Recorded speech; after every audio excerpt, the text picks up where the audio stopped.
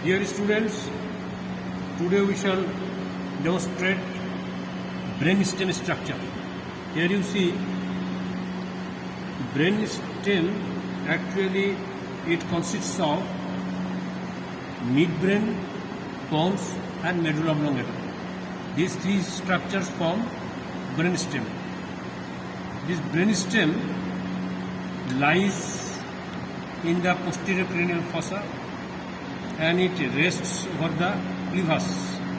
Clavus means superior surface of the basi-occiput. It lies like this.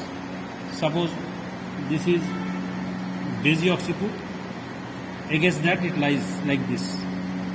This is the midbrain. This is the pons. This is the medulla oblongata. Brainstem connects the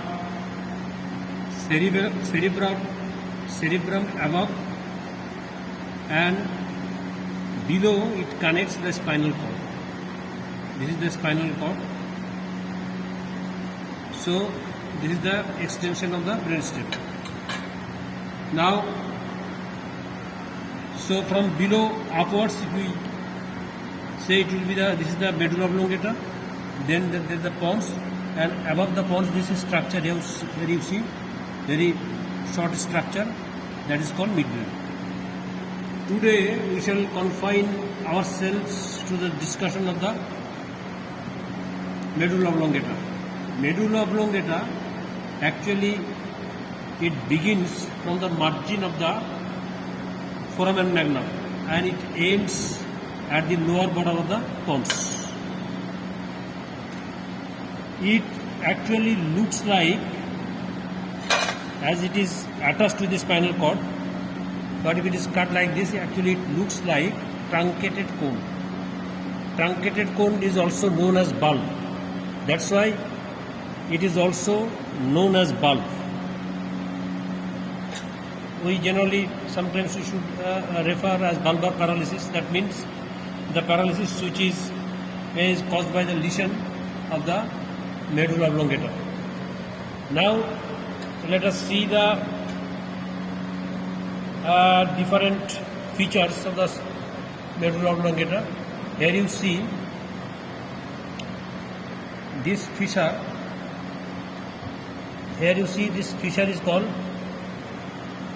anterior longitudinal fissure. Anterior longitudinal fissure, actually it is continuous with the anterior longitudinal fissure of the spinal cord.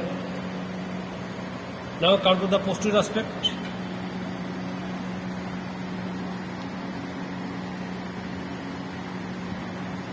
Here you see this is the posterior aspect. This is called posterior median structure. This is called posterior median sulcus. Anteriorly it is anterior median fissure, posterior median sulcus. It is also continuous with the posterior median sulcus of the spinal cord. Now again come to the anterior side, anterior aspect. Here you see this is the anterior aspect of the medulla oblongata. Here you can see some swellings. This swelling on either aspect of the anterior median fissure, that is called pyramid. It contains pyramidal tract, that is a cortico-spinal tract. Now just lateral to it there is another fissure that is called posterolateral fissure. This is the anteromedian fissure. It is the anterolateral fissure or anterolateral sulcus, you may call it. This is the anterolateral sulcus. There is another sulcus here you see. It is the posterolateral sulcus. So this is the anterolateral sulcus, this is posterolateral sulcus. Now between anterolateral sulcus and posterolateral sulcus, this rest area is called olive. This rest area swelling is called olive.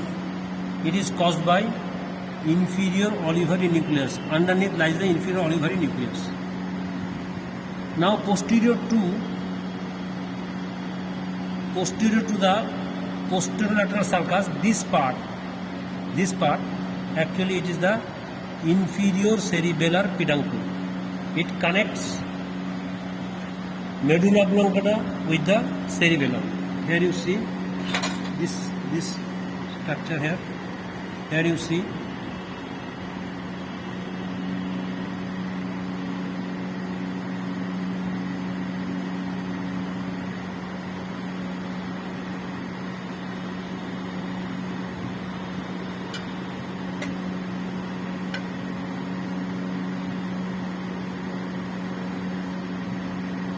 this is the cerebellum. This is cerebellum.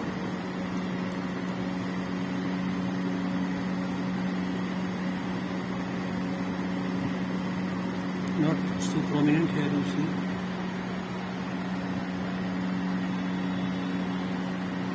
Here you see this part. It is continuous with the cerebellum, so the inferior cerebellar peduncle. Pons, here you see the lateral extension of the pons is also going to the cerebellum. That is the middle cerebellar peduncle. Now, this medulla oblongata,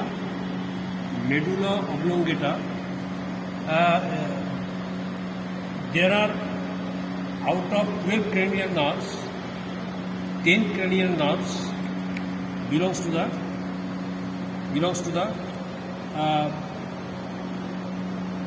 this brainstem, and out of this 10, 4 cranial nerves actually belong to medulla oblongata. They are glossopharyngeal, vagus, accessory, and hypoglossal nerve. All these 4 cranial nerves you will find the rootlets of these 4 cranial nerves in relation to medulla oblongata.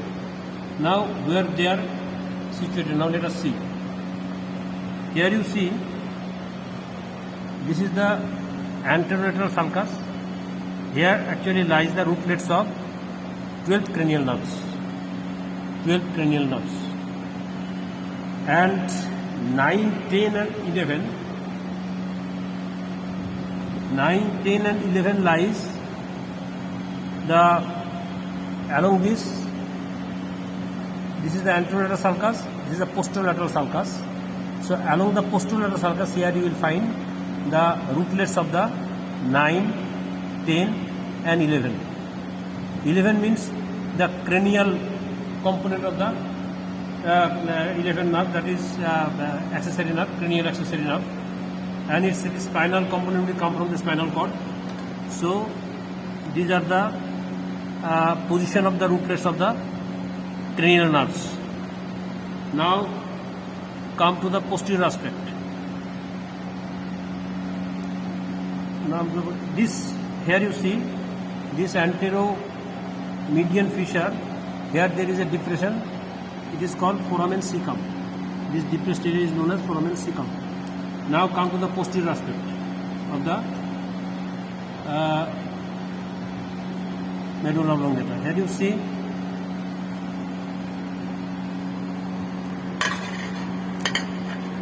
this raised area. Here you see this raised area is the gracile tubercle. These are gracile tubercle, and just lateral to this is the cuneate tubercle. This is the gracile tubercle, cuneate tubercle. Below they are continuous with the fasciculus gracilis, and this cuneate tubercle below it is continuous with the fasciculus cuneatus. So these are the gracile tubercle and cuneate tubercle. They are formed by the nucleus of the same name. So these are the gracile and cuneate tubercle. Now another raised area is found, but here it is not so prominent. The position is here, just lateral to unit tubercle. At this position there lies tuber cinereum, but it is not so prominent here. It is the position of the tuber cinereum just lateral to the fasciculus gracilis. Here it is produced by spinal nucleus of the trigeminal nerve. So these are the posterior aspect of the medulla oblongata. Here you see this posteromedian sulcus. At the upper part it has diverted. At the upper part it is diverted and it forms the lower part of the fourth ventricle. Here you see it has formed the inferolateral border of the fourth ventricle. So and lower part of the medulla oblongata is closed. Upper part it has diverted and forms the lower part of the fourth ventricle. So here you can see the closed part as well as upper part of the medulla oblongata. This medulla oblongata is very important because it contains vital center. Vital center means cardiac center, respiratory center, vasomotor center, and through it passes the ascending tract, descending tract. Number 2, it is important because it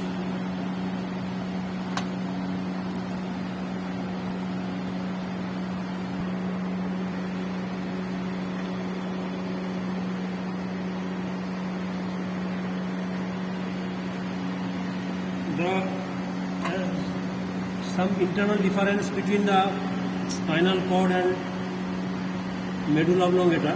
Within the spinal cord you will find the grey matter is actually conglomerated or formed a distinct mass around the central canal. Here the grey matter is scattered and formed, though scattered, but nerve cells form some well demarcated collection that is called nuclei. So here they are not actually conglomerated around the canal, but they are separated and form well demarcated nuclei. And likewise there are some tracts. They are longitudinal in distribution, and there are descending and ascending tracts. Apart from this descending and ascending tracts, there are some nerve fibers. They are scattered. So, and some nuclei also remain scattered. This is scattered nuclei and this is scattered nerve fiber. They form the reticular formation, and rest from the well demarcated nuclei and well marked ascending or descending tracts.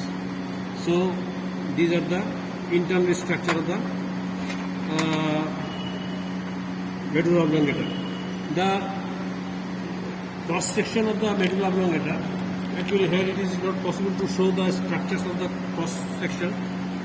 You will learn it from your lecture class, and there you should learn the nuclear lesions which happens due to the thrombosis of the artery, and their anatomical explanation you will be able to find if you know the disposition of the different nuclei and tract within the cross section of the medulla oblongata. So now that's all about the medulla oblongata.